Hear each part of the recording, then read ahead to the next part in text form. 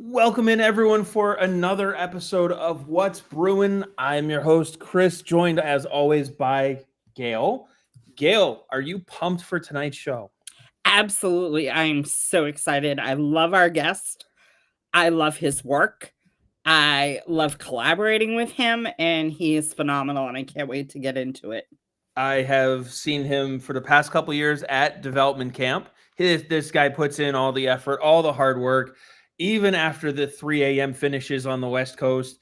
You all know him from YouTube. It is the one and only Low Quality Bruins Fan. Ian, thank you so much for joining us. How are you? How are you enjoying the season? What's going on, my friend? Well, I'm glad to be here. Thank you for having me on. I'm doing well. It's funny you jump into how are you enjoying the season. I think you understand how big of a question that is, right? Yep. I genuinely am having a lot of fun with it, but it's got its ups and downs. I think we could easily say that, right? Call ups and call downs. Yep. Yep, that's a good way to put it. Dom, I love you. It's Dom already in the chat. Chris says new guest, or Dom says new guest, same old video intro. I guess I will make you a new one. Dom, I just have not had a chance to cut all the clips and everything. I'm working on it. All right. There's only so much time in a day. I think I've brought it up a time or two. A couple, yeah. But if Dom wants to do it, I will let him do it. Honestly, Dom did the intro for the show I did with him for Dom, the Dom.Hockey podcast. So he does great work, even when it's not just writing. So, dude, I thrive off of those prospect updates every week. I friggin' love those things. I mean, I try to keep up with it, but it's an awesome summary of how they're performing. Because he's the most tuned into all the prospects across the board. Yeah. It's not just college and AHL. Like, he really gets into the nitty gritty, and a lot of people don't follow. Can I also tell you, he actually watches the games too. Right. That's key. 100%. I've seen other people like literally try to copy his work. They will just re-summarize what he does, and you can tell that it's been through almost an AI generation of rewording, and you're just like, it's not. Listen, if you want to aggregate Dom's work, just give him the credit for it. Well, that too. He teased the Blanash to UMass stuff like a week before that announcement happened, right? Yeah, he commented right on our show. Yeah. He had that. And of course now he's going to UMass, so you know that's gonna be fun. Oh yeah. Keeping them local. Always keeping them local. We love you. It's never enough about you. See, Dom, it's about you because you put the work in. You do the work, and that's what we appreciate. Yeah. So, but also putting in the work, Ian, you with those videos after every game. How many games have you missed in the last 3 seasons? It's got to be what, like one hand's worth, maybe. I mean, there's probably a dozen. The start of this season was tough because my job changed a little bit. So now, I travel a little bit more. It takes me away at weird times. I have events at night. So this season's probably been my worst, and I've missed 4 games this season. I think probably a dozen over the past 3 years, maybe. And that's still the commitment. I'm still with the prospect challenges. I'm at the dev camp and all that kind of stuff. It's fun though. It's having a nice support. The community's super supportive about it. Obviously, my fiance is very supportive of it because you could see how this would piss her off really, really quickly if it got old. But yeah, very supportive, and I appreciate that. Yeah, I can totally get that. But yeah, I mean, like you said, it's been an up and down season. It's been an up and down week since Gayle and I were last on here. Let's see, we've got. Well, Gayle, you wanted to mention something about the ups and downs, the recent down. Who just got sent? Riley Tufte got sent back down to Providence earlier today. There has not been a corresponding move yet, but one has to believe that it's going to be a defenseman if Michael Callahan can't go after being left out of, taken out of the game last night, unable to return with a lower body injury. I mean, that's 4 defensemen? Yeah. Because Yoki Haru's out, currently. Jordan Harris is out, Michael Callahan's out, and Charlie McAvoy. Yeah. Wow. On the season, is it 6 on the season? Well, yeah, because Hampus missed time, and who else missed time? God, it was Hampus, Harris, Yoki Haru, McAvoy. Kelly. Maybe just 5. Oh, it's not bad, guys. It's just 5. Yeah. Yeah, only 5 of your starting 6. And yet people want to bench Zadorov. Yeah, that's an insane take. I think it's pretty easy to say that he's been our best defenseman so far. Oh, 100%. Even with Hampus and Charlie in the lineup. Yeah. Yes, he's still taking a lot of penalties, but the penalties he's taking this year versus last year are not the stupid penalties. Speaking of stupid penalties, would you take Zadorov and his penalties or the penalties that Hampus Lindholm has been taking? Like, what is up with that? It's like he thinks he's being clever about it. I'm like, you're holding the stick, man. You're holding it. Like, it's not clever. It's right there. You're just. Yeah, I would take the Zadorov because a lot of Zadorov's penalties have been, big guy. That guy's big. Yeah. And that guy's small, and therefore it must be penalty. Right. I've actually really liked the discipline in Zadorov's game, oddly enough. I'm curious what he said to get that 10-minute misconduct. Yeah. The Kostelek's made sense because you went after some dude's balls with your stick while he's getting on the bench and the game's towards its end. Like, that made sense. I don't know about Zadorov's. I don't think I want to know. I think I'll leave that. As it was said when in Chicago, it must have been something real personal. Yeah. These guys get to know each other really well as they all come up through the same systems. Oh, yeah. We mentioned the call-up. I'm with Dom. I'm guessing it's one of the right shot defensemen that gets the call. Soderstrom or Sweezy are right there, in my opinion. Sweezy's just been really consistent in Providence all season. Soderstrom had an injury early on, but he's really come on since he came back from it. And they have a little bit more depth now down in Providence. Guys like Gallagher, he's back in the lineup. So they're getting a little healthier down in Providence too. So I could definitely see him come up. Soderstrom had a brutal camp, like a really bad camp. He did. He's kind of turned it around. I haven't been able to keep my eye on him. Well, a lot of people were shocked that he actually... Because didn't he make the opening night roster? No, he was one of the last defensive cuts. Oh, that's right. That's right. Yeah. But ever since being sent down, like, he's gotten some time. Like, you could just tell it was an adjustment back because he was in, Europe last year. So, like, he had some adjustment to make. And I'm not saying he's going to come in and be, Charlie McAvoy on the right side. But this guy's played in the NHL before. And at least in the AHL, it shows. And so to have him come up and get back into it, I think he'd be able to hold his own. And he might even get to a point where as you get healthier, you can look at some of those other players that might need a little time. Whether you're looking at Yoki Haru still needing some time to recover, Andrew Peak, maybe there's something wrong with Peak. I mean, his game has not been great lately. It's not been good. Yeah. And maybe there's just something there that he's playing through. I mean, we're kind of seeing a little bit of that with Zacha right now. Like, if you can play, you kind of have to. Right. You're just too banged up not to. Right. Well, and that's why I liked Sturm's comments about Pasternak, that he's the guy they're not going to rush back. He's the guy they're going to take, because if you rush him back and then you lose them even longer, he's the guy that you can't do that with. You know what I mean? Like, he's the guy. Like a Zacha, you can get through without Zacha, but you're not going to get through a long term without Pasta.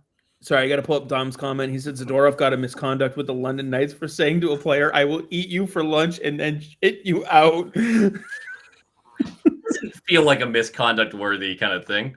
Right? Unless the ref was literally scared and is like, I need to get this guy off the ice. Are you sure he didn't say it to the ref? And Good point. Actually, I do want to real quick answer one of Dom's other questions. The videos take me, to record them takes anywhere between like 20 and 35 minutes. And then the editing takes another like 40-ish after that. So it's not terrible.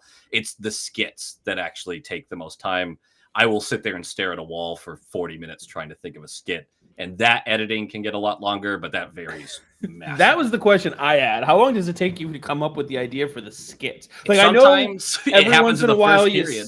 yeah, I was gonna say I know every once in a while you're like, well, I'm leaving this in even though it doesn't fit anymore. Yeah, but then there's other times where it's 1 a.m. and I still don't have an idea, and I just gotta sit there and sit with the silence until something pops into my head, and I'll start going through more stats and more results for the night and things like last night Calgary getting blown out by Nashville. I'm like, let's make fun of that for a second. That'll be fine. We'll bring that in.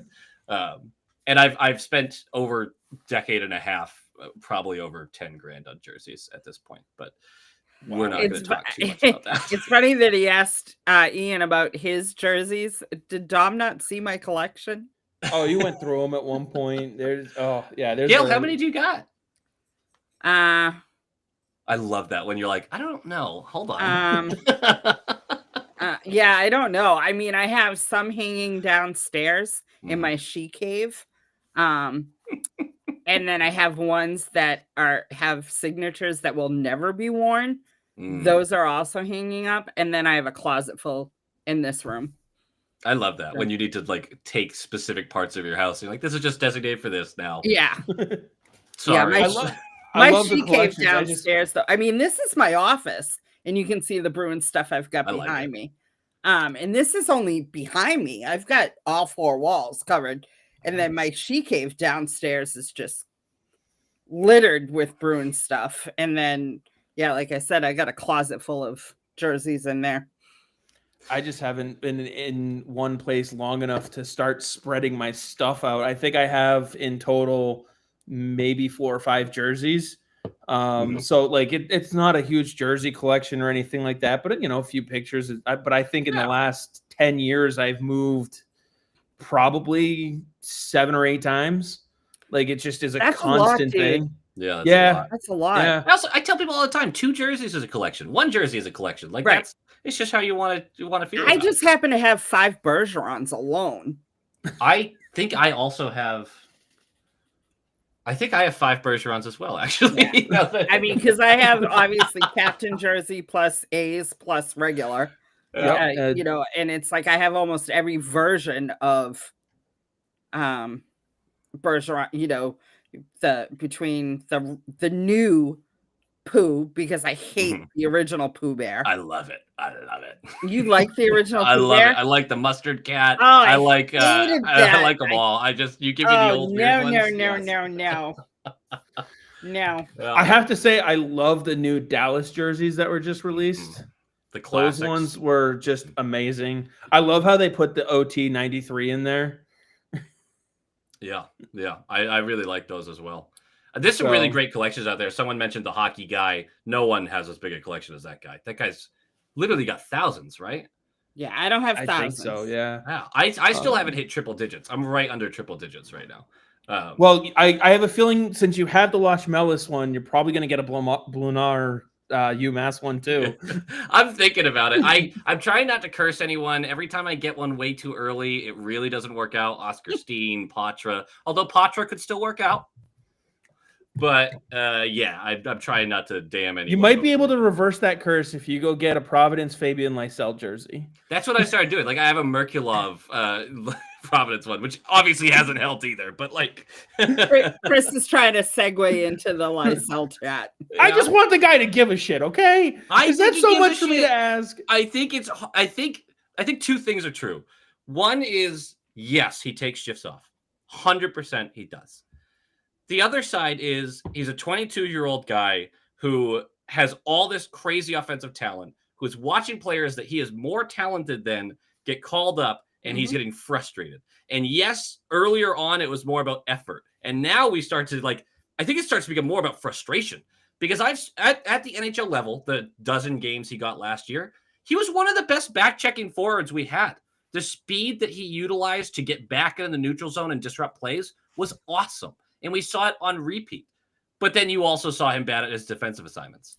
I wonder what you guys' take is on Lysell, honestly, because I have this kind of frustration where Pasternak's terrible at defense. He just is. But he's Pasta. Arvidsson's terrible at defense. And he's Arvidsson. Why does Lysell not get a look? He could be terrible at defense. I get it. We want him to be better at defense. But at the end of the day, you could also say, okay, well, you're designed to be an offensive player. You're going to be with a Fraser Minton type who's going to be excellent defensively through the center of the ice for you. I think, and this is just from talking to Mougenel and previous coaches that are no longer with Boston, is that they've always told Liesel that he doesn't need to set the world on fire, but he has to pick a lane and he has to stay in the lane. The 4v1s are tough. I'll give you that. I will give you that. So, like you said, first and foremost, he's 22. So anybody who says I'm giving up on the guy, I've got an agenda on the guy, I hate the player. No, he's 22. He still has plenty of room and time to grow. And Dom points out that Poitras's the number one prospect other teams are asking about, which totally makes sense because right now, fit-wise, especially with Hagen's in the system, it's just tough to see how Hagen's, Liesel, or Hagen's, Poitras, Letourneau, Minton, Lindholm, Minton, how do they all fit in down the middle? At least Husadinov, though, can play the wing and still plays it very, very well. Not that Poitras can't, but like he is so offensively gifted in the plays that he can make. Do you really want to move him from the center position and put him on the wing? Like, well, I mean, it worked for Zacha. It did. I think Zacha's going to end up being one of them, like, not end up being. He's a more versatile player than Poitras will end up being. Right. But I can see why Poitras would be a hot commodity. 19 years old, makes the NHL, looks okay. At least can handle the speed of the game, maybe not the physicality. And like you're saying, we actually, it's a weird thing to say out loud, have an abundance of centers. Right. Well, I think funny how quick that happened. The value of those varies a lot. There is an abundance of centers, but the problem is that every Bruins fan, minus the three of us, and most of the people that are on this chat, but so I'll say majority, not most, not all. Majority of the Bruins fans expect every center to be the next Bergeron or the next Krejci. They're not looking at them for who they are and recognizing the talent that they bring to the table. They're just not Bergeron and they're just not Krejci. So could you say the same thing about Liesel? Yeah, he's not a center. They're not expecting him to be Bergeron, but they're expecting him to have that same kind of like, you're going to be a star in this league. Chris, you got something to say about that? Yes, I do. That's a perfect segue in. So with Liesel, it's been a bit of a sliding issue, right? Like we know a couple years ago, what was his big problem in the offensive zone? It's taking the puck and playing those 1-on-4s, playing hero puck, basically. Yeah. Right. Yeah. And ignoring his teammates. And they've been able to, for the most part, work that out of his game. And that's been great. However, because he is such an elite player in the offensive zone, when his effort is there, he is so good. And like you said, that's what we see in David Pastrnak at the NHL level. Now, like you said, David Pastrnak, compared to a Patrice Bergeron, sucks at defense. Yes. No one ever says David Pastrnak has to be Patrice Bergeron. No one needs David him to be. Pastrnak No one sucks at wants defense him. compared to David Pastrnak isn't. But the thing about David Pastrnak is he's not used on the penalty kill at all. Like he's not even a question. The only time he's on the penalty kill, if it's the last 3 seconds and Geeky's in the box. Yeah. You know what I mean? That's the only time he's ever used on the penalty kill. It's not like he's out there. The thing about Pastrnak and Liesel is that Pasternak's effort is 100% of the time. Right. He may not never take a shift off. He may not make the play. He is defensively incapable. He doesn't have the skill defensively to make a play, but he will try his ass off to do it. He might even take a penalty. I don't know if I would agree with Pasta being 100% on a shift every time. I think he's better than Liesel. Okay, hold on. Yes. Similar to how we were talking before we came on here, even Brad Marchand took shifts off. Yes. Like it's in every player's game. It's pacing themselves. Yes. But knowing when to do it, knowing how to do it. I mean, do we really think Patrice Bergeron went 100% on every single shift, every single second of it? I can almost guarantee you there were times in there where there was a little bit of backing up. I have a broken, like, Bergeron's a god to me. It's never going to shift. I can't help it. The guy played with a punctured lung, torn cartilage, a broken rib, and you're going to tell me he took a shift off? Nope. Nope. Him and Chara. You're just talking to a couple homers here, bud. him and Chara. But see how much you're defending Patrice Bergeron? I will forever. Look. Do you see? He's I know. But that's my point, though. That's the bar that Chara and Bergeron set. And so now all of a sudden we're okay with adjusting that bar for David Pastrnak. Now we're okay with adjusting it a little further for Fabian Lysell, who's the next elite offensive player we're okay with lowering the bar for. Now all of a sudden, instead of having the bar up here, our bar is now way down here, and we're the Toronto Maple Leafs who can't make it past the first round for a decade and a half. I see your point. Never I compare the Boston Bruins to the Toronto Maple Leafs. But I think what's missing from that point is when you build a team structure, there has to be the ability of the chemistry to exist in the locker room. A player who's taking shifts off and not doing what they need to do defensively and is also not performing offensively is going to draw the ire of the rest of the boys. It's not going to work well. But you have players like Pastrnak or even Arvidsson right now, who's doing well and people like him in the locker room, as far as we can tell. Arvidsson's really bad defensively. He's really, really bad. But people let that go. He's a veteran presence. You can have specific individuals who know their roles, and the coach can be honest about those roles, which Sturm is absolutely going to be. If you were to say, hey, we're going to change the standard for the whole team, obviously you get really concerned about that. But when you're like, hey, this guy's an offensive specialist, we want effort in the defensive zone, which is where I'm agreeing with you. But his lapses are something we do have to live with because he's not very good defensively. That's where you're trying to get Lysell to. Effort, even if you're not very good at it. But the other thing, too, is that we have to remember that Pastrnak and Arvidsson have both earned their spots. Yep. And Lysell is not pushing them out of the lineup with his liabilities. Also, he needs to be able to, like we talk about it all the time, Chris, who is he pushing out of the lineup? Whose spot is he taking? Well, and you're not breaking up that third line of Minton, Minton, Kastelik, and Jeannot. I forget about Jeannot. No, like you're not breaking up that line. So, and the second line with Arvidsson back, Zacha back, and you have Mittelstadt. They were clicking before the injuries. Yeah, you want to give them to work their way back, right? And then, of course, you're not splitting up Geeky, Pasta, Lindholm. If they're healthy, right. And when they weren't Elias kills me, man. I would knock him down so far in the lineup so fast. Like, I know that's not super fair. At the beginning of the season, they were playing really well together, and then Lindholm got injured, and then Husadinov stepped in like he was the second coming of a first-line center, you know? Yeah. He stepped in with no issues. With Pastrnak out, Steves has been on the first line.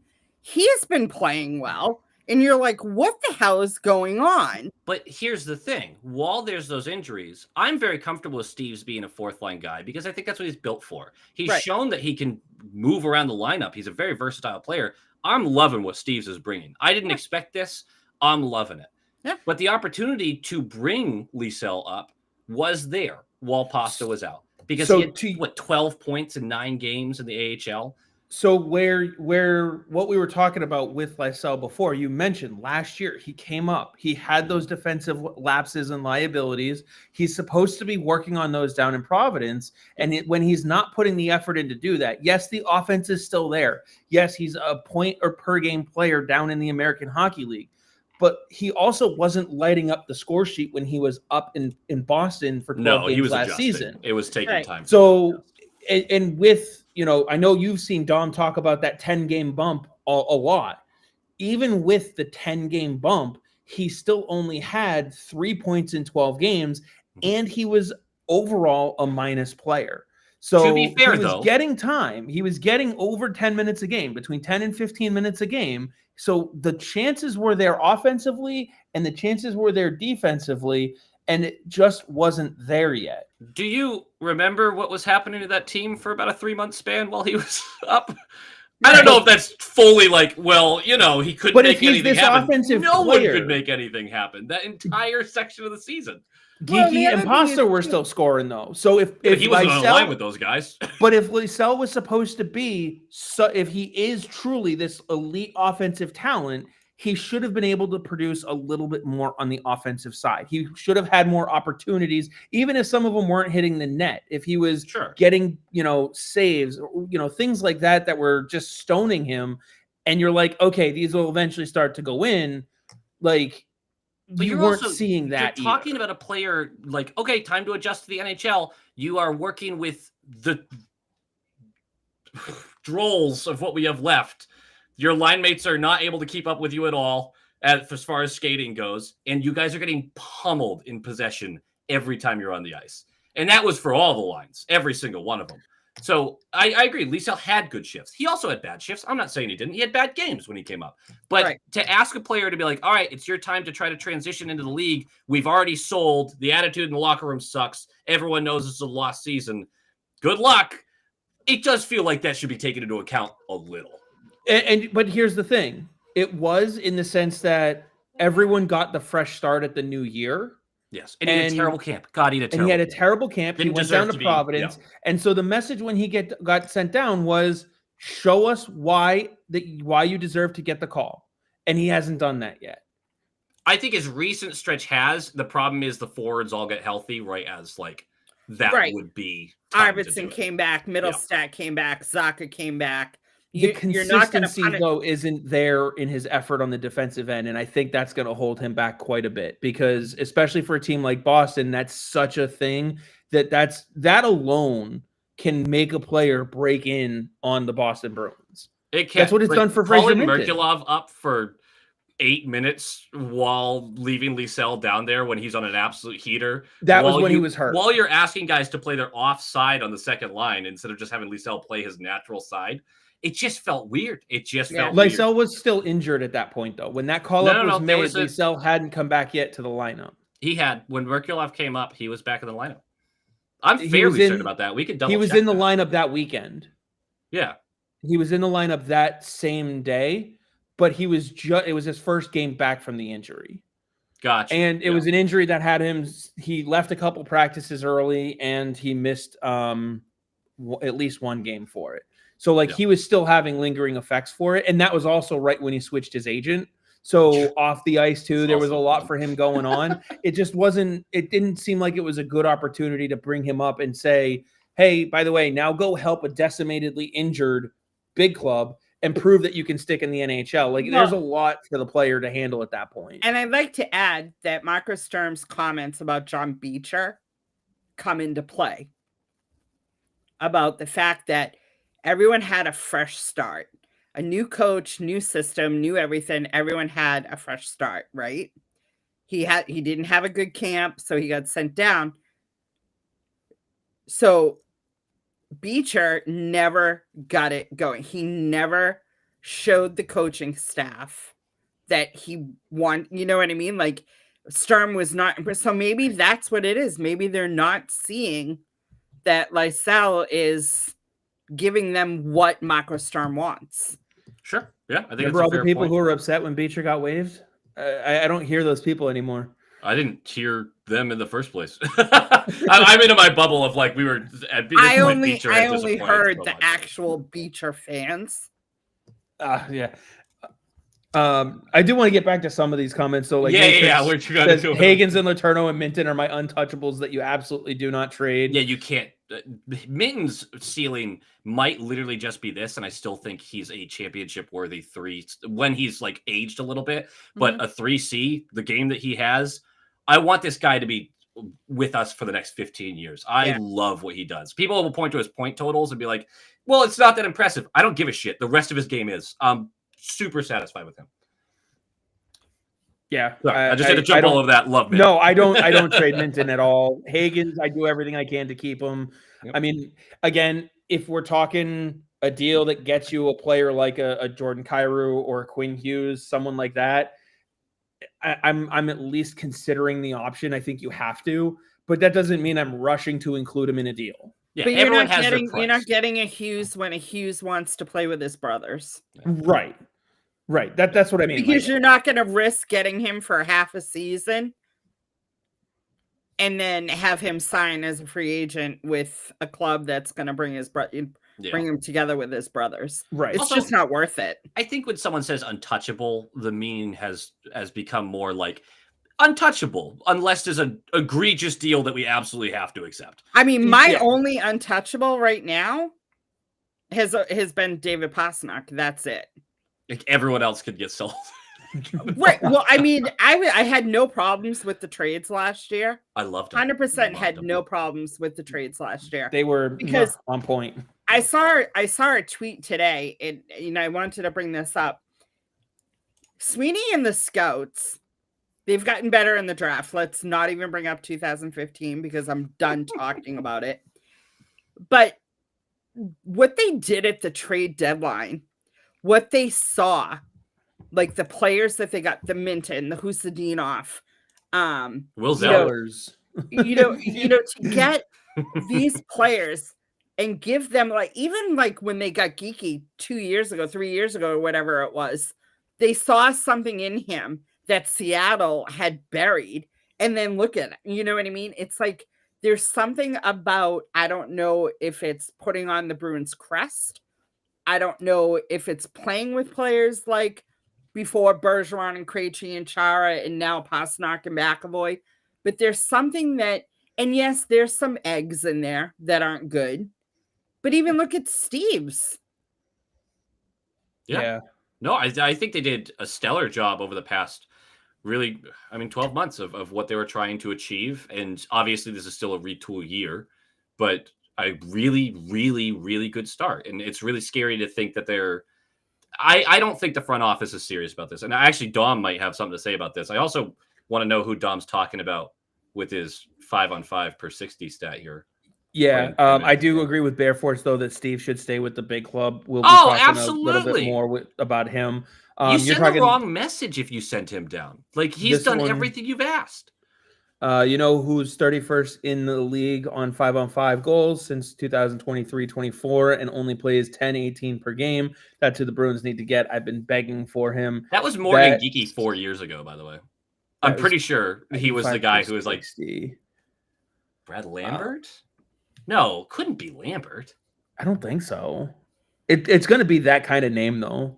I really am curious who Dom's talking about here. I know up here, Matrix mentioned that the Bruins should go get Alex Tuch. He's the perfect. He's a perfect forward for the second line right wing next to Middlestad. Big power forward, gets in front of the net, mixes it up. I like Tuch a lot. Tuch isn't ready to leave Buffalo yet, though. Like, he and Tage Thompson have both made it pretty well known that they're Shinikov. How did I not guess that? Yeah. Sorry, I stepped on you there. No, it's fine. You're absolutely. It's someone that we've talked about before who should be available. Yeah, we've been talking about him, I think, Why do the Blue Jackets not like this guy? I think he's at a point where he's ready to just have another opportunity. And so it's kind of like when Patrick Roy told Montreal, I've played my last game. Trade me. It's my favorite Canadian of all eventually, time. If a player's that unhappy with the way, it's all about opportunity. Look at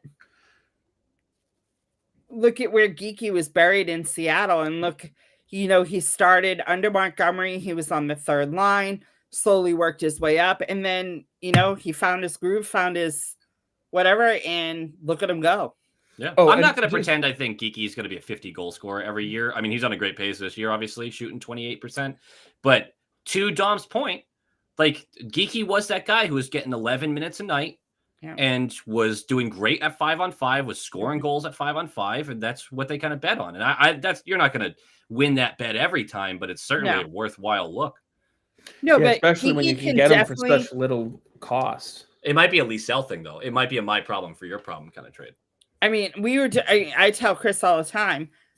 I've talked about it on the pod a lot that, you can have Pasternak as your 50 goal scorer, 40 goal scorer, and then you can have Geeky 30, 35 goals, and then a bunch of 15 to 20 goal scorers. And I'd rather have that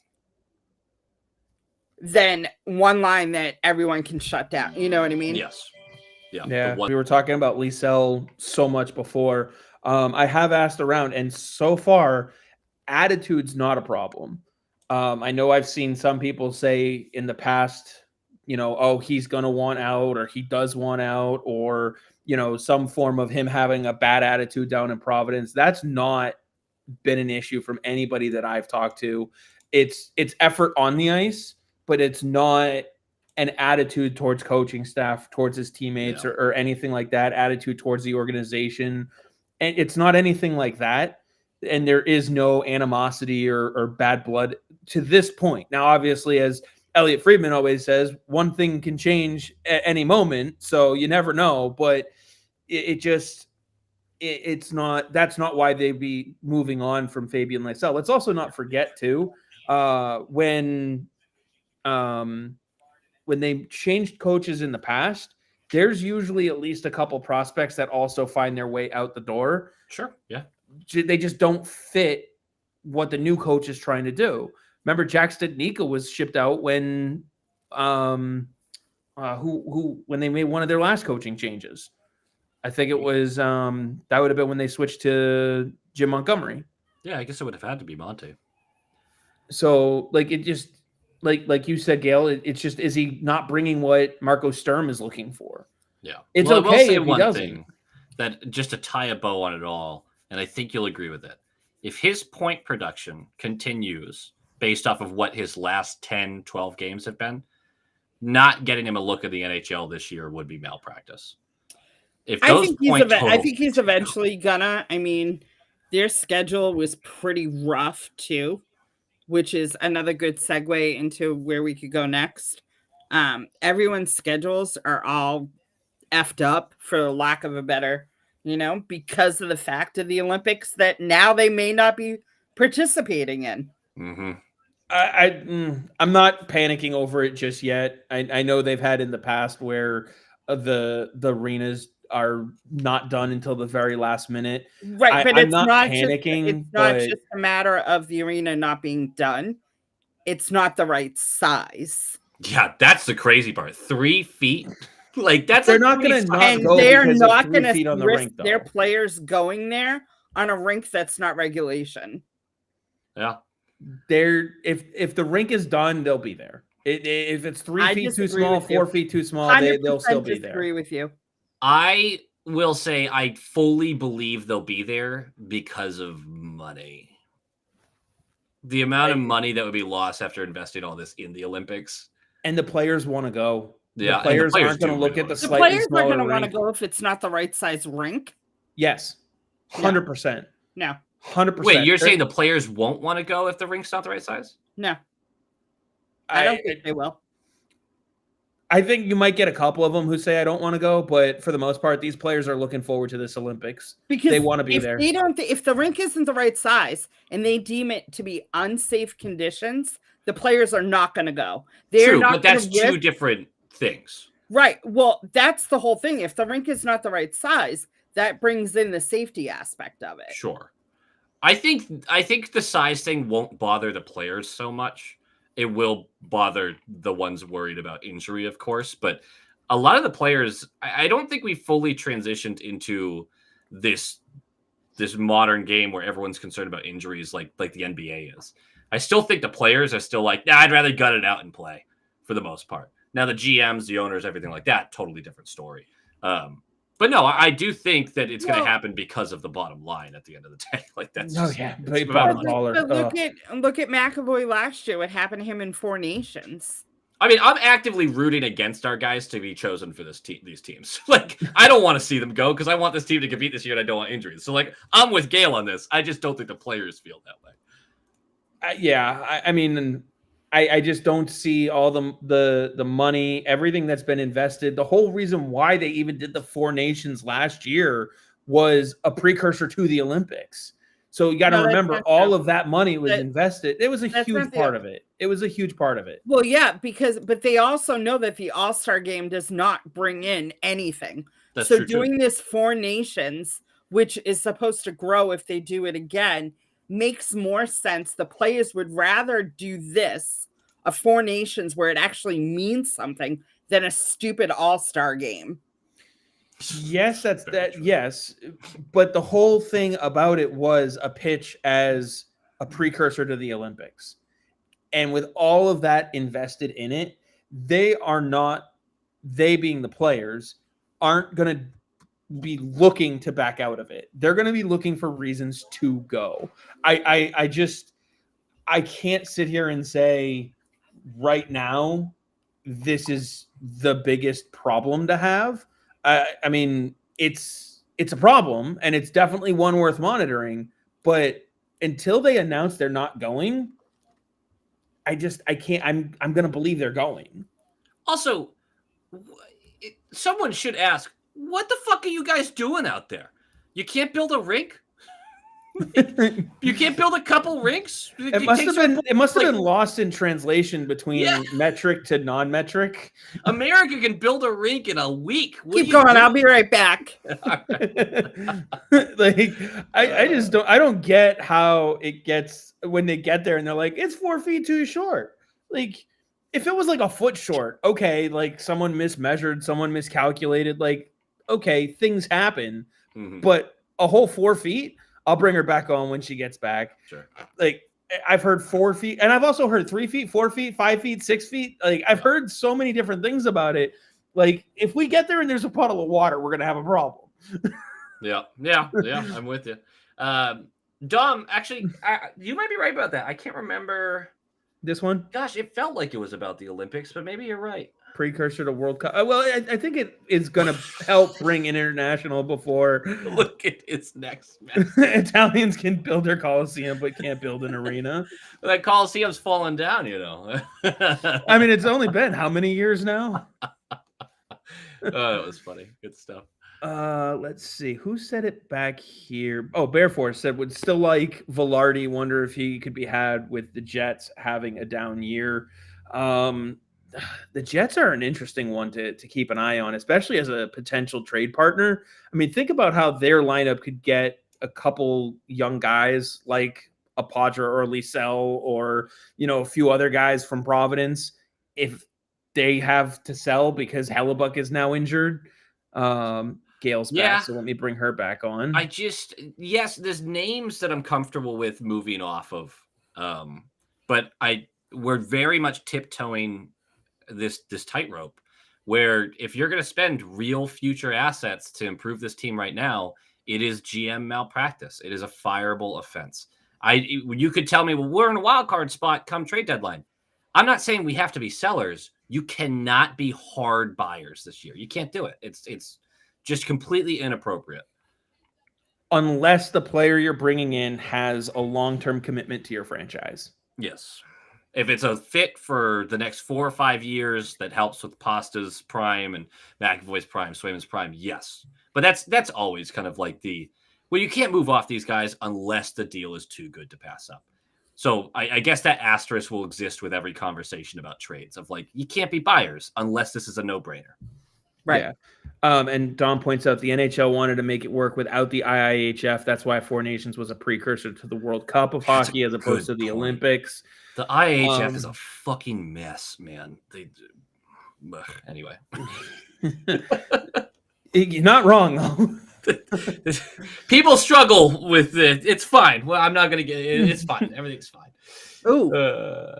Brutal. Do we have a game on, Gayle? Yeah, the Fleet in Vancouver. They're that's playing, right. They're playing at Aganis. Gayle, can you walk me through a little bit of the Fleet season here? I have not been able to pay attention, and I feel like a bad fan for doing that. But okay, it's just their 3rd game, but they're the only undefeated team. They're 2-0-0, sit at the top of the league with best team in Boston, best baby. Team in Boston. All right. Well, not if you count the Patriots. Good point. That's a good point. They just had the PWHL just had instead of like they call them their PWHL starting 6, which is basically their monthly awards, it's 3 forwards, 2 defenders, and a goaltender. And the Fleet had 3 players. Nice. Susan Tappaney as one of the forwards, Megan Keller, the new captain, as one of the defenders, and Erin Frankel as the goaltender. Erin Frankel has stopped 49 of 50 shots that she's faced. Boston and goaltending, and that's what Chris and I have talked about this a lot, and I've actually asked Danielle Marmer about this because it's a Bruins thing where they start goaltending and work their way out defensively, and then they get defensive forwards, and then it's the offense. Mm-hmm. Like, it's always been a Bruins trait to be hard to play against. And Chris Spar, the new coach for the Fleet, who replaced goal. Sorry. I had to mute myself right there. I'm just silently laughing on camera. Abby Newbuck. There you go. I gotta say, sometimes the comments are great. First off, Dom mentioned that the Bruins charter airline went bankrupt. Yeah, I just Googled that. So I was too while she was talking, but I love Matrix's comment. The charter flight ran out of cap space. This is also a tough year to have this many injuries because the way the long-term injured reserve, the injured reserve, the cap space, deadline cap space works, it's not advantageous if you're using up that IR space all year. It's not a good thing. I don't fully understand it yet because it's new and dumb and complicated. Dom knows all of it. But yeah, not a great year for that. Gayle, you were saying you were talking about the Fleet's coach. I'm sorry, we just completely derailed that on That's you. okay. That's okay. So Courtney Kessel, who was the coach for the first 2 seasons, stepped down and took the head coaching job at Princeton, where she was an assistant before she took the job with the Fleet. And so they brought in Chris Spar. And there are some people that are like, why bring in a male coach for a female? I'm like, it's a coach. As long as it's a good coach, I don't care. Male, female, Martian, I don't care, Right, yeah. And his new system, it is the preseason availability. His comments were, we have to be a team that's tough to play against. Gee, who says that all the time? I feel like I've heard that before. Yeah. I was waiting for him to come out with piss and vinegar. I'm so sick of the piss and vinegar stuff, honestly. But listen, you know what? He said it once. It's the fans that bring it up every single time someone does something. Is that enough piss and vinegar for you? Like, can you just stop? Like, just stop. Yeah. Also, what else were they supposed to add? What top scorer hit free agency? Yeah. This year's free agency isn't any better. Yeah. And it's the cap is going up, but the free agency isn't better. People talk about it. Well, they didn't fix this. They didn't fix that. Right. How were they going to? Right. And with the cap going up, more teams are going to be able to keep their players because they're going to be able to re-sign them. Yeah. So it's unfortunate. But anyways, so the Fleet have just been, and it's funny because I've read a couple of people or read a couple of things that saying the Fleet are only going to do as well as their goaltending. Well, isn't that the point? Yeah, I agree. I mean, most teams do actually. I would say.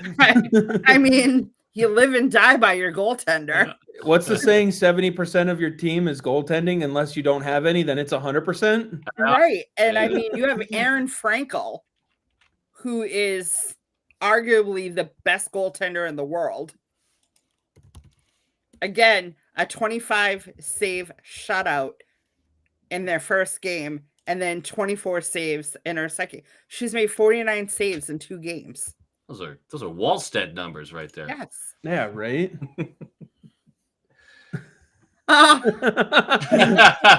That's pretty good. Tom, not yet. Not yet. But he has to continue to listen to you, so he does. Close. Actually, you made a comment before about re-signing players, Gayle, and my brain immediately went to another rumor that keeps going on out there. But you were still talking about the fleet. Was there anything else that you wanted to add to that about the fleet and their upcoming? Because there was just a major announcement for them as well. Yes. So right now they have 4 games at Agganis this year, which we all know is home of Boston University, right? So they have 4 games at Agganis. Tonight's the first one. They have another game Sunday at Agganis, which ironically is the same. It's the same day that the Bruins alumni plays the cast of Shoresy at the TD Garden. I love Shoresy. But they had a major announcement yesterday that they are playing their first game at TD Garden on April 11th.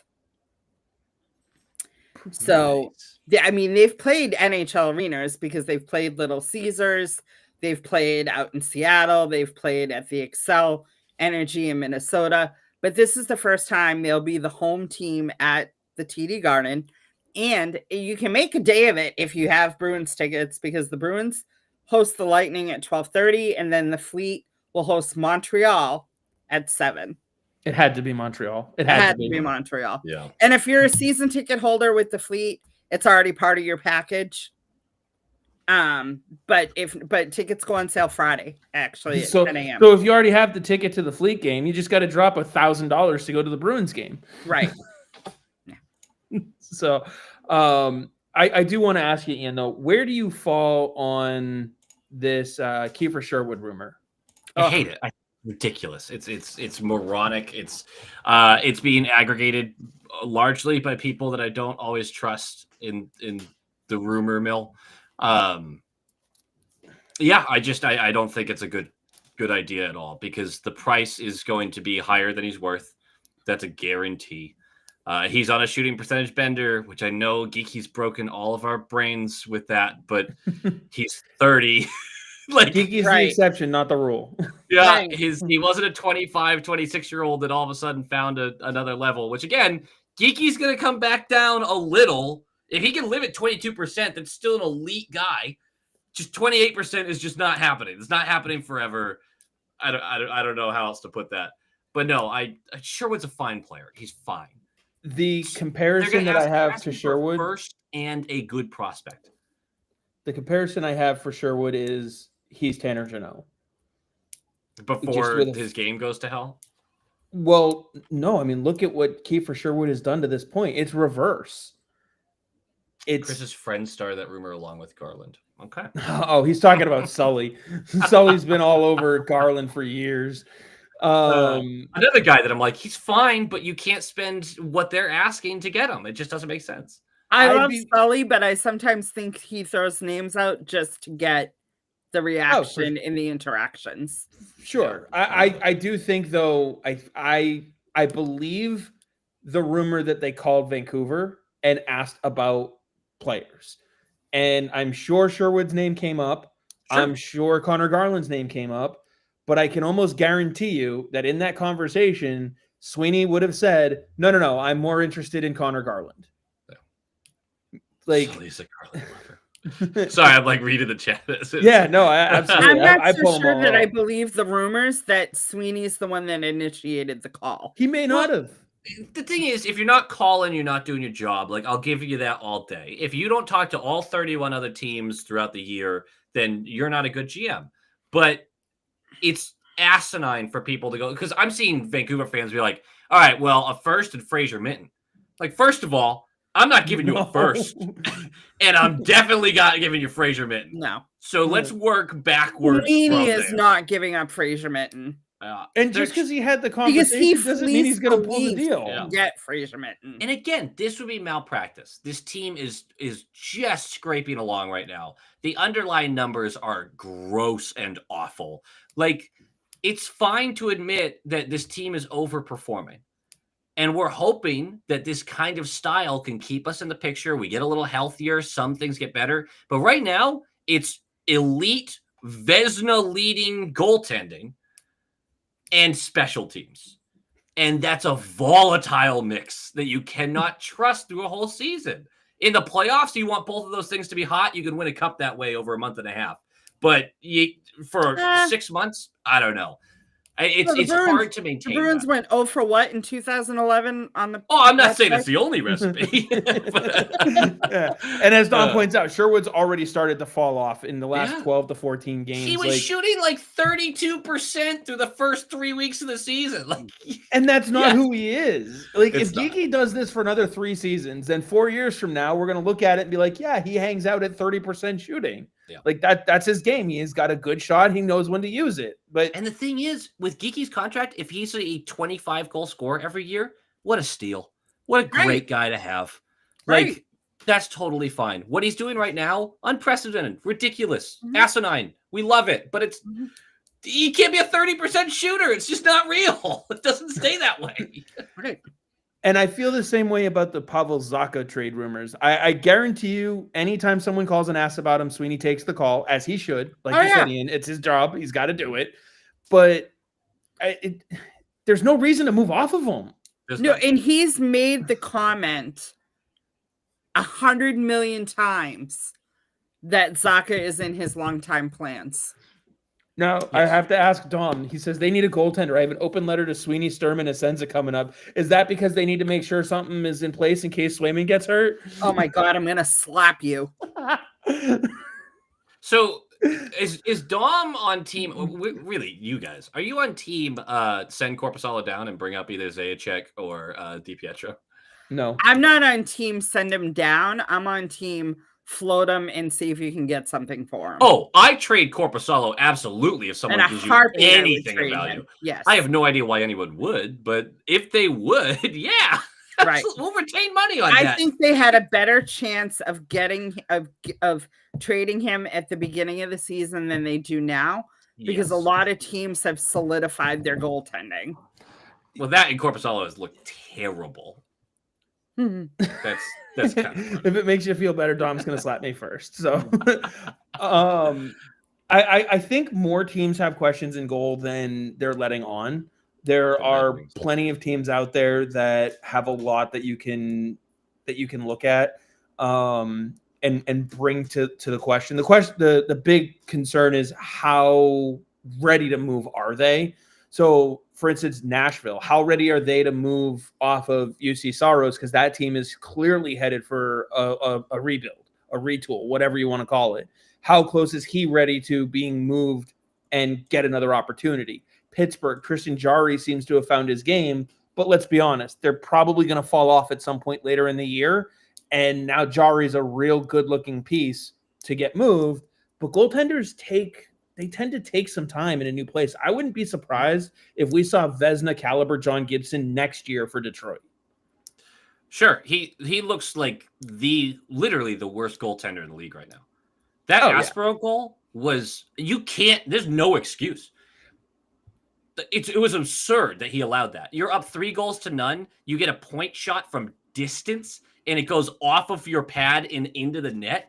No screen, nothing. Like, that was inexcusable. We would be burning someone at a stake if they did that. Well, that's because Boston hates its goaltenders. That's true. God, we do. Gail, were you going to say something? Well, I was just going to say, have you ever heard of a Boston team out shooting their opponents 11-0? Not my Boston Bruins. That's what the Fleet are doing right now. They have an 11-0 shot advantage and lead 1-0. Beautiful. Where would the team be if Corby could have won them 2 more games like he did against Chicago? Dom also adds if they can't trade him, they need to buy him out at the end of the year. But I also wonder if Corpy isn't getting into rhythm because he's not seeing the ice. That's the life of a backup, though. Like, you have. No, I get that. I get that. But compared to, Sturm has really tried to push Swayman to be that number one that he wants to be. And so Corpy isn't seeing the ice, right? Yeah. And that was his biggest gripe last year, is that he wanted more games. Yeah. And so you have to wonder, though, with a player like that, a goaltender like that, if he's not seeing the ice, except for once every 10 days, not 10 games, but like 10 days with the way the schedule is, And the way Swayman's playing, with the exception of last night, he didn't play too well. But I mean, he is the reason why they won that game, the first game against Detroit. Swayman is. You know what I mean? Yeah. The Bruins absolutely were going to lose that game if it were not for Swayman. So you have to wonder, though, if Corpy's not seeing the ice and he can't get into his rhythm, what's it going to take to get him there? He's 3 years removed from a save percentage above 900. Right. Yeah. I just think he's a bad goaltender at this point. I think you make a good point. I'm out on Korpisalo. I was out during the trade, so I guess I'm a little biased in that. Right. But yeah, one of the things that I'm seeing with Swayman too is Swayman is now, so obviously we all remember when he came up, he alternated games. That was their pattern. And he did that for 2 years. Right. And then last year was kind of that first year where it was supposed to be his net, and he sucked on his third start out. He could not go 3 straight. I mean, can we also remember the fact that he didn't have a camp last year? He had this contract. I mean, there was so much more to why he could not get that third win. Right. But every time it was a consistent pattern. He'd have 2 really good games and then crash and burn in the third one. He would either get pulled, get lit up, whatever. This year, he's been able to go to that third game. He can't get to that fourth game. This was his 4th start in a row yesterday. Mm-hmm. Honestly, I don't think he ever should have been given the net for that game. It should have been Korpisalo's net from the beginning, because it was Swayman's 4th start in a row. I know there was the extra day off in there, but Swayman has never been one to be able to make that extra game adjustment in the regular season. It's not a pattern where they're playing every other night like they do in the playoffs. It's a different mindset. It's a different rhythm. Yeah. So, in my opinion, Korpisalo should have gotten a start in the first place. It was not his 4th start. Swayman didn't play against the Rangers. That was Korpisalo. Let me go back and take a look. Dom told me not to laugh at his comment, and I immediately laughed. This one here? Yeah. When they do a close-up look at his mask, it's almost coming down over his eyes, and compared to every other goalie, and tell me it's not an issue. Dom, you're the only one who notices this stuff. That this is your attention to detail getting you. That's a good one, too. Korpisalo played the Rangers, not Swayman. I thought this was his 4th in a row. No. Got all my facts messed up. Korpisalo played against the Rangers. The 6-2 loss, Korpisalo was in net. Yeah. Well, this is the thing, is it sucks that we can't trust Korpisalo so much because he hasn't had a good year so far. We also do want Swayman to be our elite number 1. 2 out of every 3 games is still an elite number 1. If you're playing 66% of the games, you're getting 50-something games. Great. You got to have a backup that you can put in every now and again, that they don't have to steal you the game, but they can't lose you the game. And I don't think Korpisalo has truly lost this team a lot of games. I really don't. But I also don't think he keeps them afloat very well.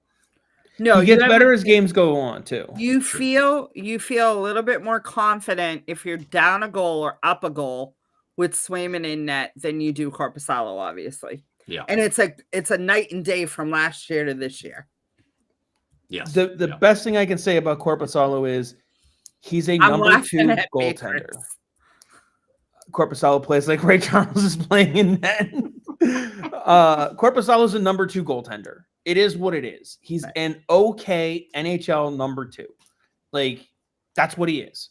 I would call him a below average NHL number 2. Although if I start going through teams, I don't know, maybe I would change my mind on that, because there's a lot of bad goaltending out there. There's a lot of bad goaltending there is, out there. Yes. And Gordoff 44 here says, should have kept the rotation going. They were playing with fire, not giving Korpisalo some starts, but I would trade him and bring up DiPietro. The thing is with DiPietro, he still gives up far too many goals at the AHL level that would still be NHL goals. So it's not about the saves he's making. It's about the ones that, yes, he has great numbers, but the ones he gives up, you're saying, are concerning. Yes. Okay. Yes. He doesn't track plays very well still overall. He still struggles. Like he is a very, very, very gifted in his athleticism. Mhm. Like there's no doubt about it. And remember, like when Brandon Bussey made that post-to-post save 2 years ago in the preseason, and it was the highlight of the preseason. Yeah. And everyone anointed him as the guy that they should move on to. Like he's got that kind of athleticism, and he can do it. The problem is because he doesn't have the height to match it. There are times where he just doesn't get there because he's not reading the play. Yeah. And so because of that, at an NHL speed, he's going to be that much slower, and he's not going to be able to use his athleticism to make up for it, and he's going to get beat more by NHL shooters. He's not seeing shots from Ovechkin, McKinnon, Tom Wilson even. He's not seeing a Morgan Geekie in practice every day. Like, those aren't the guys that are beating him, and he's still getting beat. Fabian Lysell is not Morgan Geekie? No. To your point, the Jonathan Quicks are rare in this league. The ones who are pure athletic ability, like there's a reason that there's only a couple of guys that are, oh yeah, super athletic, and that's kind of how he gets the job done. Today's game needs a really structured, intelligent approach to be a high-level goalie consistently. Oof. And I'm not saying he won't get there, like, because he absolutely has the ability to get there, but he's not there right now. So if we think we have problems right now with Korpisalo, you swap him out for DiPietro, your problems don't change. You still have a backup goaltender that you don't trust to play in that role. Yeah, It's also just a different name. As a team, no matter who you're bringing into this, unless it's a vet, like a vet, we give up, depending on the site you use, somewhere between the 29th and the 32nd most chances, meaning the first or the fourth most chances. I'm wording this poorly, but we give up a ton of high danger opportunities to other teams. So if you're throwing a rookie in, that guy's going to get blasted. It's going to be brutal. It's weird because, again, you want to talk about the defense. The defense isn't healthy, and that's part of the reason. But until our forwards and defense can maintain any sort of possession in the offensive zone, we're going to be at the back half of these numbers defensively because there's no defensive crew that can handle the puck being in their zone 90% of the freaking game. Like, it just... And that list that Ty has going on for the first goal on the first three shots, that's not just on Korpisalo either. That is against both goaltenders, and it's pretty even against both of them. I'm actually starting a project. I'm going to go back and look at all those goals and really take a look and see which ones are actually the goaltenders not playing well versus, a turnover in their zone and someone's left wide open backdoor. Like, which ones are we looking at going, the team just sucked in front of them? Because, there's a lot of times where those goaltenders are getting hung out to dry. All of a sudden, you're down by one, and now you're chasing the game. Yeah. There's 4 minutes left in the period, and Vancouver just got its first shot on goal. It sounds like Boston last year. Yeah. A little bit of Boston this year. Depends on the game. Ethan has a good question. If Callahan can't go, who do you want called up? It sucks that it's all on the right side, man. It really does. Why? Because you want to say Brunet? Well, Brunet would be interesting at least. And Soderstrom put such a bad taste in my mouth. I was excited about that signing, but it was so bad in the preseason that I was like, Jesus, you can't play this guy. He was so bad. It's likely gonna have to be Soderstrom, would be my guess. But right, but don't you think he's had time to learn the system now? Oh, I would definitely give him a chance, right? I'm not gonna be down on him right away. I'm just a little scared, a little nervous. That's all. It's fair. But I think everyone was a little scared with how the defense was going to look when Hampus Lindholm went down. Sure, absolutely. And then Jordan Harris kind of was like, whoa, where did he come from? Harris had such a great camp. He had a good start to the season, and then just that injury, such a bummer. Well, and then you got to look at how poorly Mason Lohrei played until he was healthy scratched. And then he came back, and you're like, okay, he's playing pretty well. Yeah, and then he went back to playing pretty poorly. Well, Chris and I talked about the fact, too, that by Stern moving him down and putting him on that third pairing and taking away half the minutes that he was playing, he was definitely playing much better. It was absurd that we were judging him based on top pairing minutes. He never should have been in that situation in the first place. And last year, too, like Chris and I talk about this ad nauseum, the fact that, they lost Lindholm, they lost Charlie McAvoy, Zadorov was not used to playing in Boston, and then they trade away Brandon Carlo. Yeah. Who he was left alone on an island, just like Pastrnak was.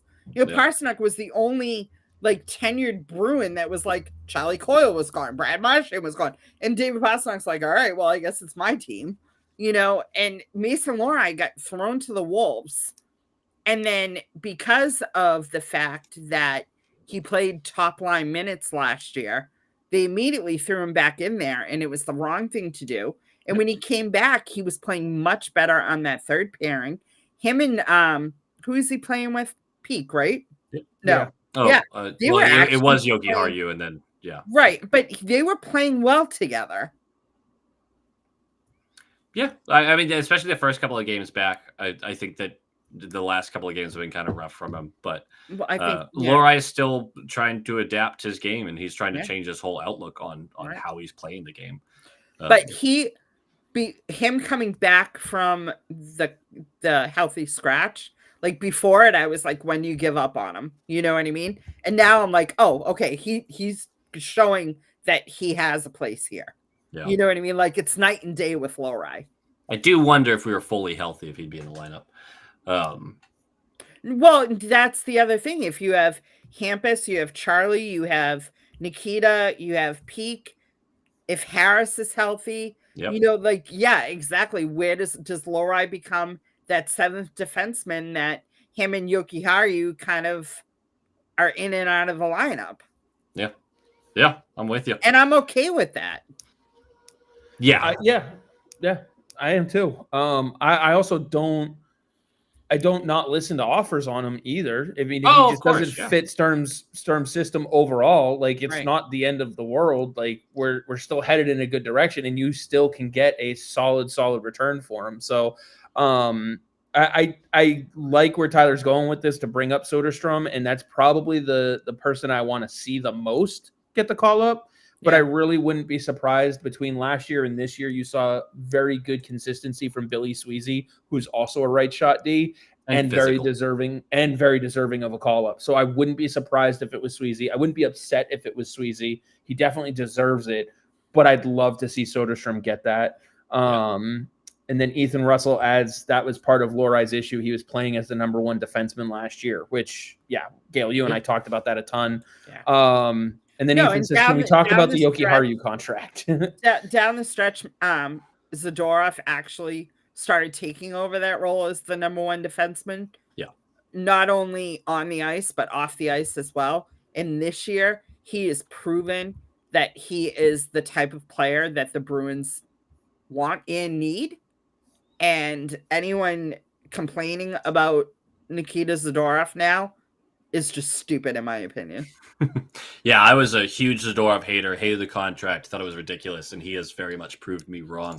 Unfortunately, this is all the time I had, guys. If you want to finish this out, I'm going to scoot away. But thank you so much for having me on the show. Can I ask you one question before you bolt? Because this question from Ethan Russell just made me come up with this question. If you could only buy out one of Korpisalo or Yoki Haru this summer, which one are you picking? Oh, they're basically the same contract too. Yoki Haru. I'm gonna go with that. Okay. I'm gonna go with Yoki Haru. Yeah. Well, thank you so much for jumping on with us. Sorry we kept you a little later than we anticipated. Totally this tends fine. to happen between the two of us when we get going. So and there's only been one slap tonight. Before you head out, plug your stuff. Let everyone know where they can find you. Yeah, you can find me on YouTube, Low Quality Bruins Fan. We do game reviews after every single game. And then also I am part of the trio of the Short Shift podcast, where you can see that wherever you get your podcasts. That is truly an After Dark podcast. Yes, a lot of language, adult things. I don't even know how to put it, but Dom, not one for the grandson. That's not the best way to put it. People have told us that they have to listen to it before they let their like kids listen to it at times, and that's like, all right, I get it. It's totally fine. They do the same thing with my skits. Sometimes the skits cross the line. So yeah, we appreciate it. Hopefully we get you on again very, very soon. And until then, Low Quality Bruins Fan on YouTube. Go like, comment, subscribe. Nailed it. Thanks, Thanks, guys. Ian. Have a good one. Thanks. Have a good one, you too. Dom says you buy out Corpy because it messes with Ottawa too. Don't you love those little extra jabs in there when you can mess with two teams? Yes. Oh, well, great to have Ian on. Always love his videos after a video. You know what's good content? Wait, hold on. You got to bring up Tom's comment. Which one? Which one do you want me to bring In up? between Tyler and Gordoff's. Oh, the one about buying out Corpy? Nope. Go down. I don't see a different one from him Really? yet. If you have time to go back. Oh, this one. If you have time to go back and watch all those goals, I have time to make a new intro video. Yes. See, the thing is Tom, making the new video. Love you. Making the new intro video requires finding the highlights, cutting the highlights, importing them in, getting them in tune with the music. Listen, and a lot if you more have work. time to watch all those goals. All those goals are on NHL.com and take 2 seconds to pull up. Right, but you can also get highlights on NHL.com. You can't download them. It's not a downloadable file. You have to download the file or do a full screen grab of it, which takes way longer. It's not just a .mov file or .mp4 file that you can download. Believe me, if it was that easy, we'd have the video already. I just count every time you play it. I count how many players aren't with the Bruins anymore.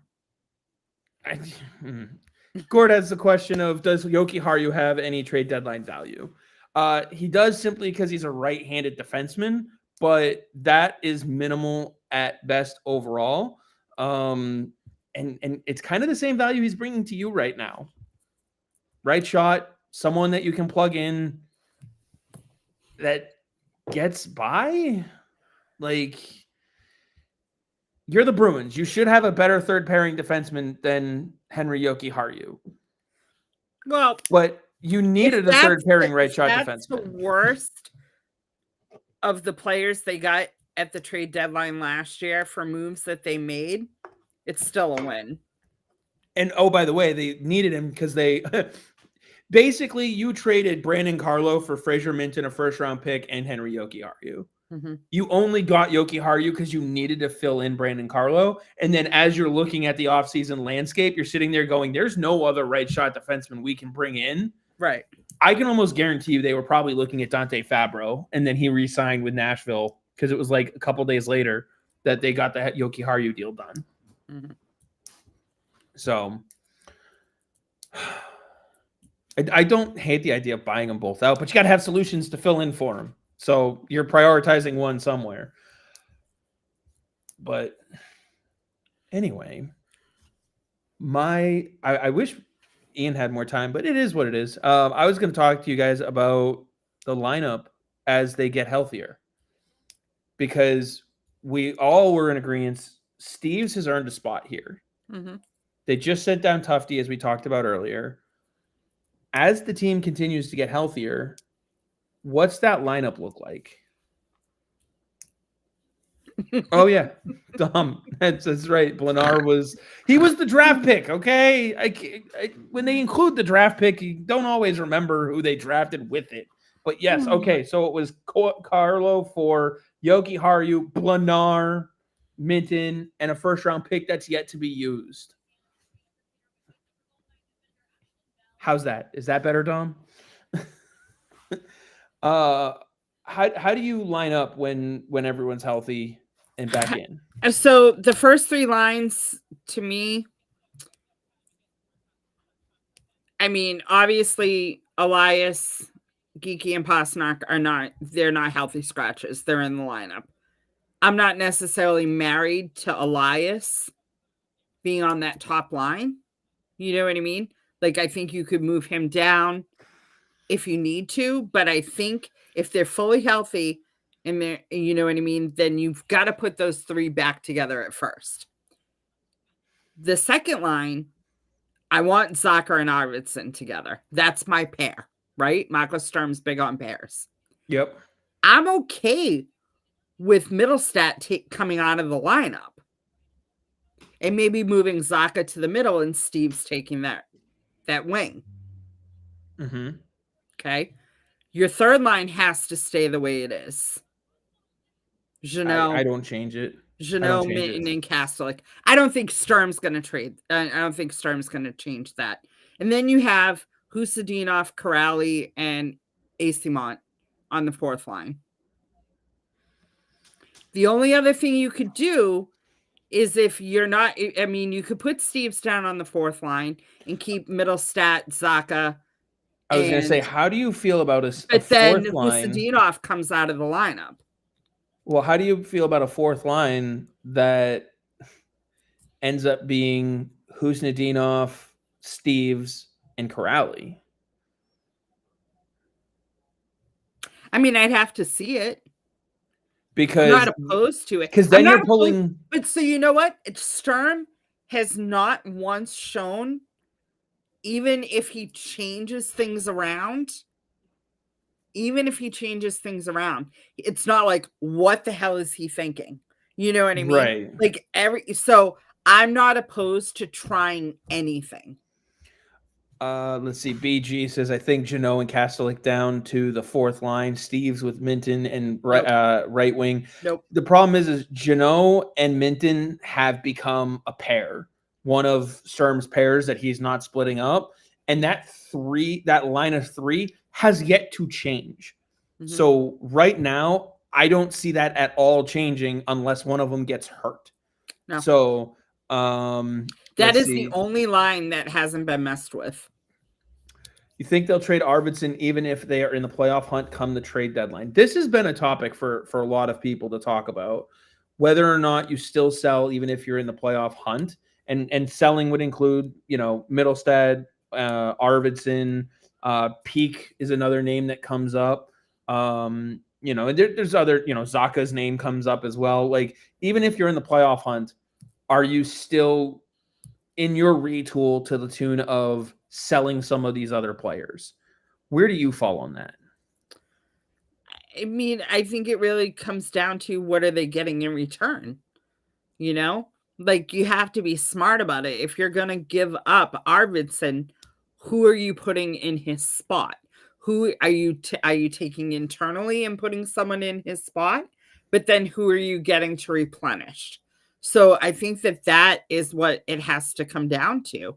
I'm not opposed to trading Arvidsson if it's the right. I'm not opposed to trading anyone pretty much if the trade makes sense for the Bruins. And it's not just it can't be an all in like they were in the historic season because they're not there. You know what I mean? So they're definitely not going to be an all in.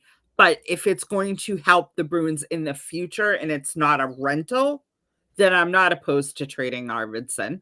But it has to be something that is either a trade and sign so that they have the person long term or something. Like it has to be someone that has more years. It can't be just a rental if you're going to give up. You know what I mean? Yeah, it sounds like a cop-out answer, but the best way I can put it is it has to make sense.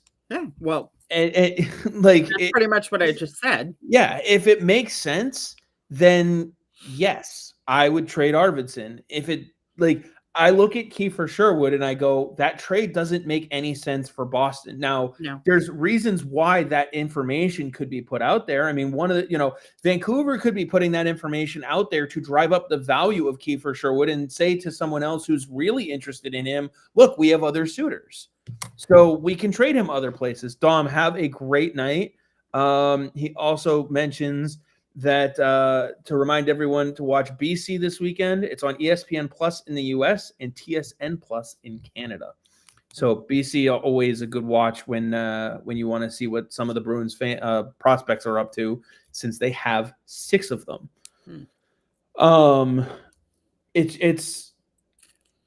There's a number of reasons why a rumor like that can get out there, though. Do I fully believe that there were conversations between the two teams about those players? Absolutely. Do I think they led anywhere worth going? No, not really.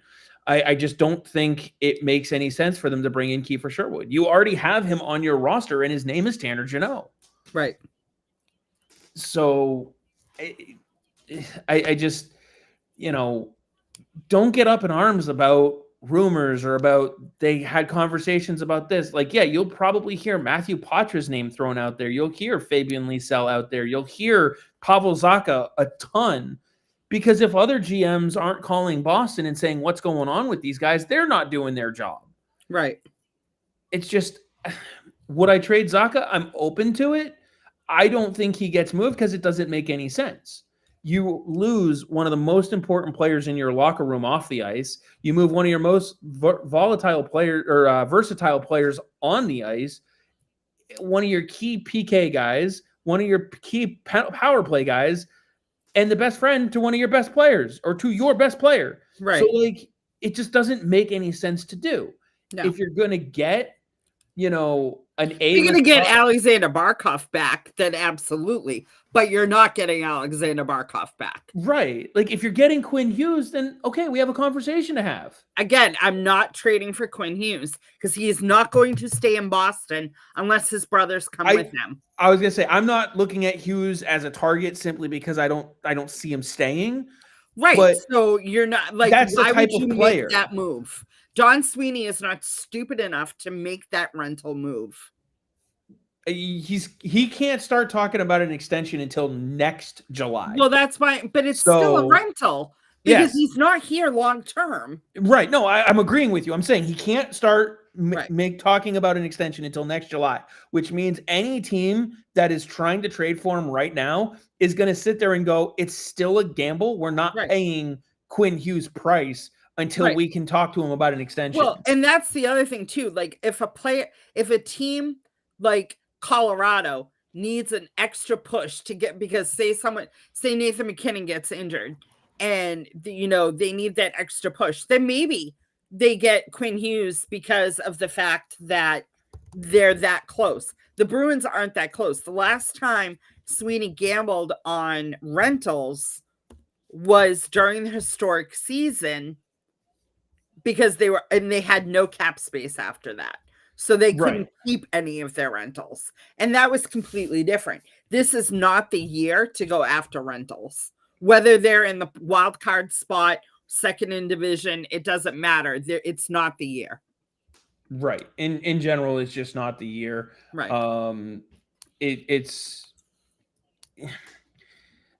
yeah, I mean, like if you're gonna get some, like it all depends on who becomes available, and I think that's why Don Sweeney's not making any moves anytime soon, because a lot of teams don't know who they're gonna make available.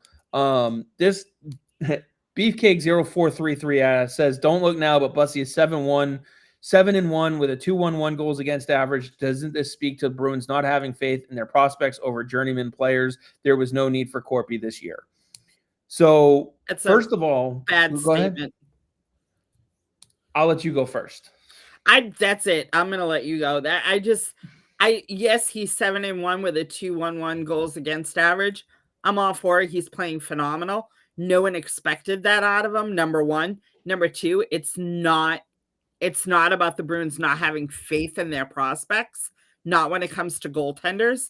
It's just a matter of they have two NHL goaltenders on their roster, and they could, if they put Corpy on waivers, he was gone.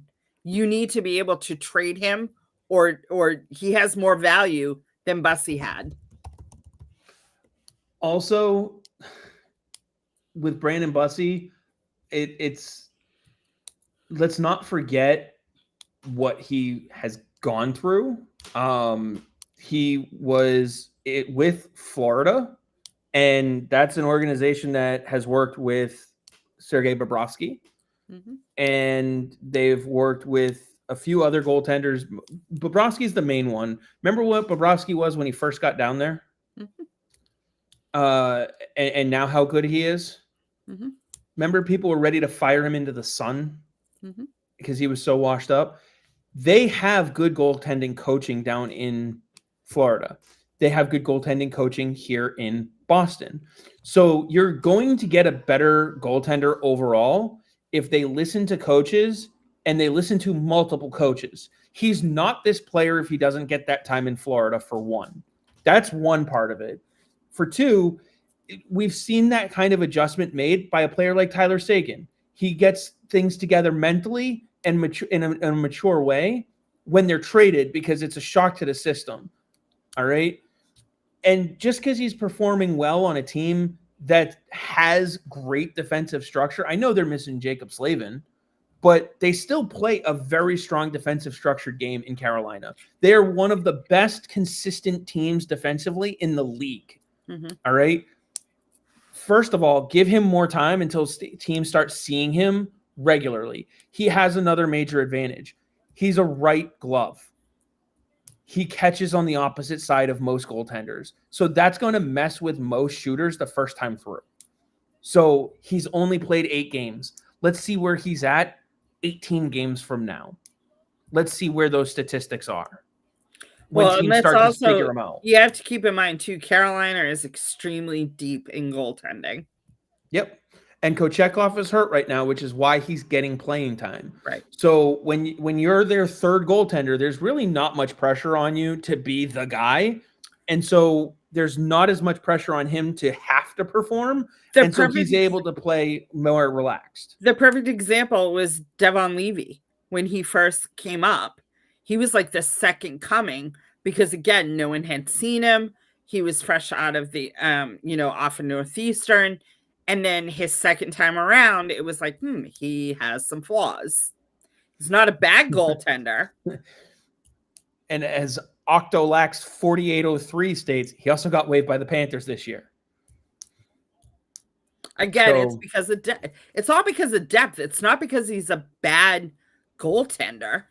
It's the depth. Carolina wasn't expecting this from him. They took a flyer on him off the waiver wire because he was available. And they had Anderson injuries. Reserved. Right, and they had injuries. And the only reason why they haven't put him on waivers yet is because Anderson got healthy and Kochetkov got hurt. Right.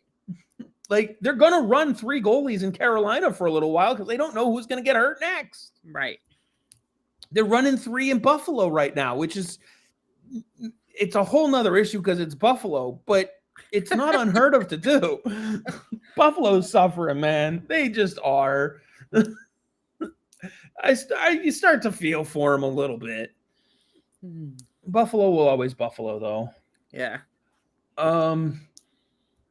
Yeah. Anything to add to that? Also, he wasn't like, the records are because the team is scoring. That's the other thing. Mm-hmm. I'm trying to pull up his game logs here because if I'm not mistaken, 5-1 win, 4-3 OT win, 6-2 win, 5-4 win, 4-3 win, 5-1 win. His last game was a 1-0 OT win against Calgary in overtime. So the team in his starts are scoring 4, 5, 6 goals. He's got 1 goal, 1 game with support of less than 2 goals. So let's not act like he's going out dominating and keeping teams scoreless. He's playing well. He's earning victories. The team in front of him is also outscoring because his save percentage is hovering around 900, which is good. It's good. He's fine. That's all they need him to be, and he can get a 7-1 record. So, yes, Ethan, I completely agree. Levi was rushed. I don't know if I'd say he was overhyped. I think completely mismanaged, though. And that's really, I wouldn't be surprised if he's getting a new home soon.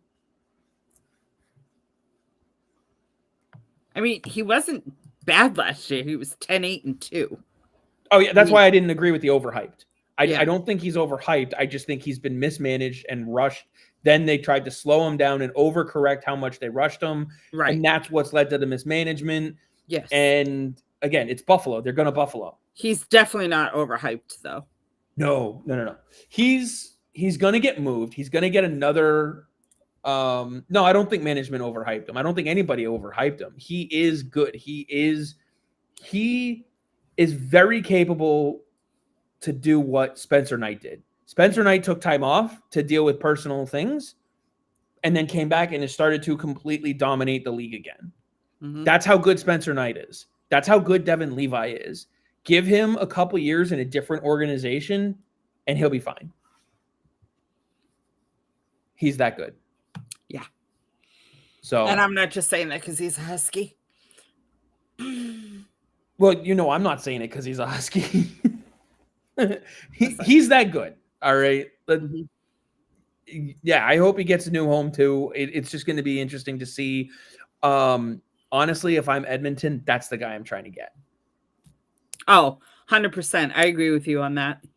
I know like UPL's been thrown out there. Like all these other guys are thrown out there. But like that's one where I go Isaac Howard for Devin Levi if I'm Edmonton and try to get that done. So Buffalo made it seem like he would be the next Ryan Miller within a year.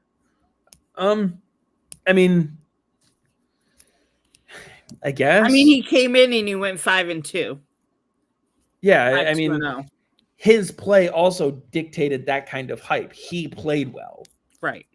So, and that was also at a time where Buffalo looked like they were on an upswing. And then as an organization, they took 17 steps back. Yeah. And then they tried to say, well, he's our savior, so we're going to throw him in net. He got overwhelmed by the jump because the team in front of him was terrible. Mm-hmm. And then they said, we're going to throw you in Rochester. And then they started playing the back and forth game. Right. So he'll be fine, though. Anything else? I'm noticing it's a little after 8 o'clock. Yeah. And we usually kind of kick off around 8. So we've already touched on the Fleet, but is there anything that you wanted to add to that? They're up 1-0. It's in the second period. Just, I mean, I know that there's got to be some Fleet fans. Every game is free on the PWHL YouTube channel. You can literally watch all 8 franchises on the PWHL YouTube channel. You don't have to watch NESN, MSN, or any other station. Every single game is on the PWHL YouTube channel. Yeah, they want you to watch. Yes. Somehow, like Yes. it's a weird concept, but they actually want people to watch their games. They're up 1-0, and they're out shooting Vancouver 21-2. Oh, yikes. Yeah. How are they only up 1-0 then? Because I mean, Vancouver's given up 10 goals in its first 2 games, so they're gonna find the back of the net. They haven't had good looks. A lot of traffic, Okay. So they haven't had some one-on-one type of things. And I'm also half looking at it because yeah, you're doing something else too. I get it. Yeah, but Aaron Frankel has only seen 2 shots. It's gonna be weird. Like I wouldn't be surprised if the next one went in, just because a lack of work. But she's still pretty good, so I wouldn't be surprised if it doesn't either. But you know what? There's been times where I'm rolling with Swayman tomorrow. I go Swayman tomorrow. I'm rolling with Swayman because it's against Montgomery and St. Louis. I think Swayman's gonna have a bone to pick there. Yeah, every bit as much. Yep, I am rolling Swayman because it's Montgomery and St. Louis, and Swayman also, after he puts up a stinker, usually always locks it down. Yeah, he does tend to do that in a great way, and you're going to need that from him because Binnington tends to do the same thing after he gets pulled from a game, and he got pulled from the game against Anaheim. Not last night, but the night before, after giving up 2 goals. Now, the only problem is they have New Jersey on Saturday. And now are we going to roll Swayman? Not we, the Bruins. Are the Bruins going to roll Swayman 3 games in a row? Or do you play Corpy tomorrow and give Swayman the New Jersey game? Because you have to give Swayman a game off. Were there any questions asked? Because I know they did a media today. They didn't practice today, but they did media availability. Was there any comments about the pull in the game yesterday? I didn't pay attention, to be honest with you. I worked too late today and I haven't looked at anything. Because one of two things happened for that poll. Either one, because yesterday Swayman was off his marks. Like even in the first goal when he was completely screened, if you notice, that beat him short side on the post. And that's not a goal Swayman ever gives up. Right. He was off all night. He just wasn't aligned, and he deserved to get the poll. He just wasn't playing well. It was just off just enough. In fact, after the second goal, I even said they need to pull him. This just isn't his game. No, Swayman said after the game that it wasn't because of his performance, but a statement to the Bruins that they were playing poorly in front of his goaltender. They weren't helping, but he was said, off. He said this is his exact quote.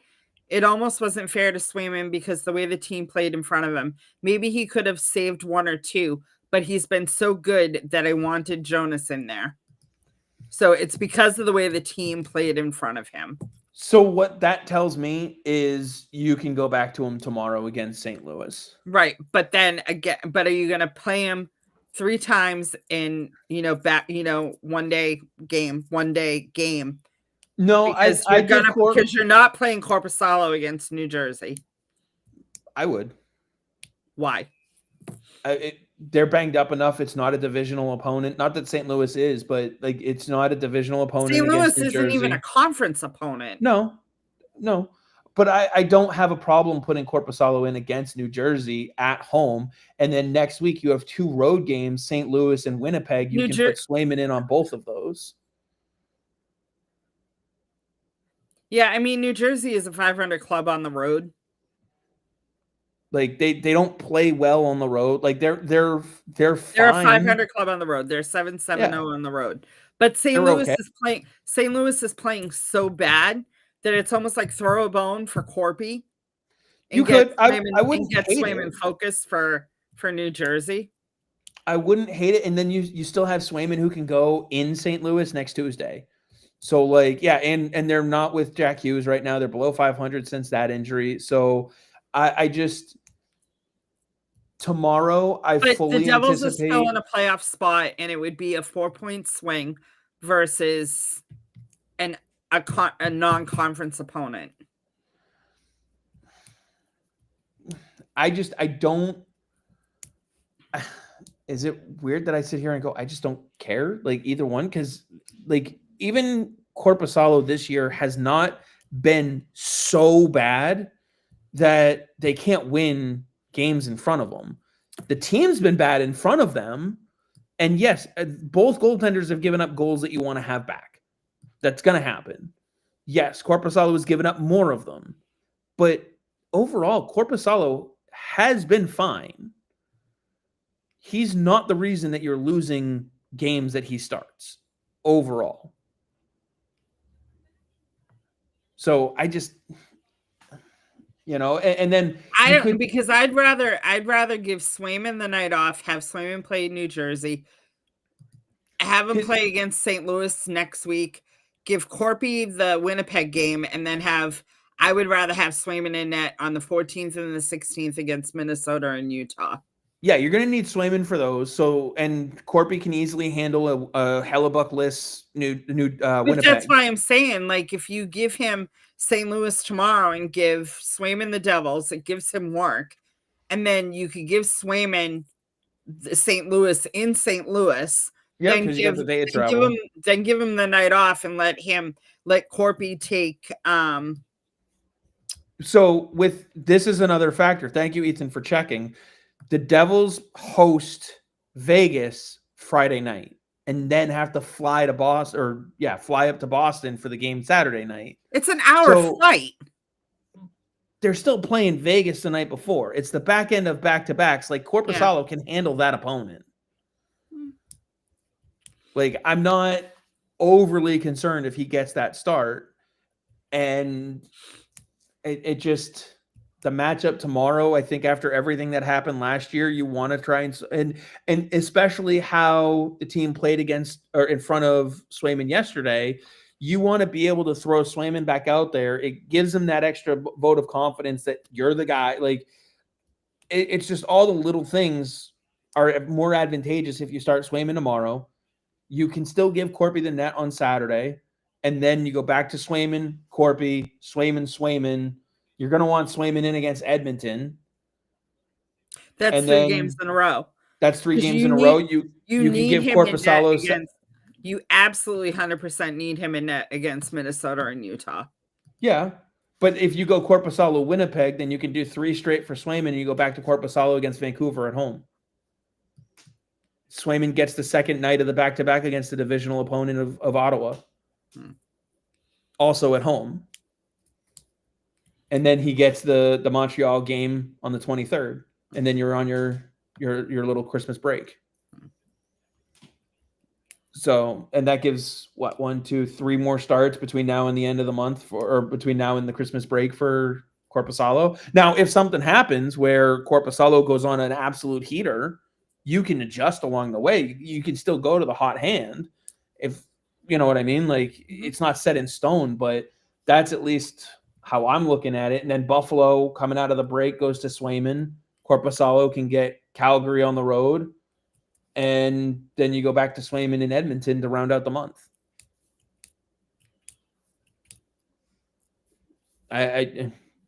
That's how I would look at it. But I'm not Marco Sturm or Bob Cessna, so no, we'll see what they end up doing. We'll see how they end up rolling with it. But yeah, I think we're tapped out on questions in the comment section here.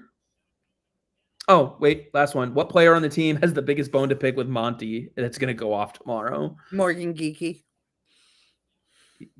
Should we put in for the hat trick now?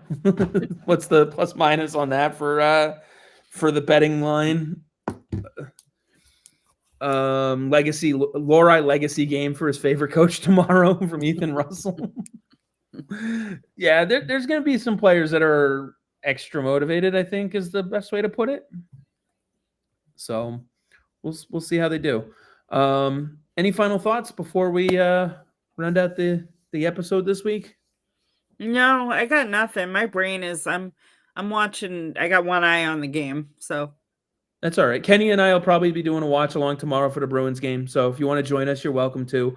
We're gonna have a lot more talk about Fabian Lysell. Oh God, we're gonna have a lot of. Yeah, we'll probably be doing one tomorrow though for the game. So, and I will be wearing a Santa hat every week until we hit Christmas. I have different ones too. They're not all. I mean, they're all Bruins ones, but poor Dom's grandson is going to ask every week. I know. That was funny. Is Santa coming? Couple weeks, but with that, thanks everyone for watching. Thanks for all the comments. Thanks to Ian. Check him out at Low Quality Bruins Low on Twitter and Low Quality Bruins Fan on YouTube. Definitely check him out. Especially if you miss a game, it's a great way to get caught up on what happened without having to go back and watch a 2.5-hour game. Or longer. And thanks for tuning in. We'll be back next week. And in the meantime, go Bees.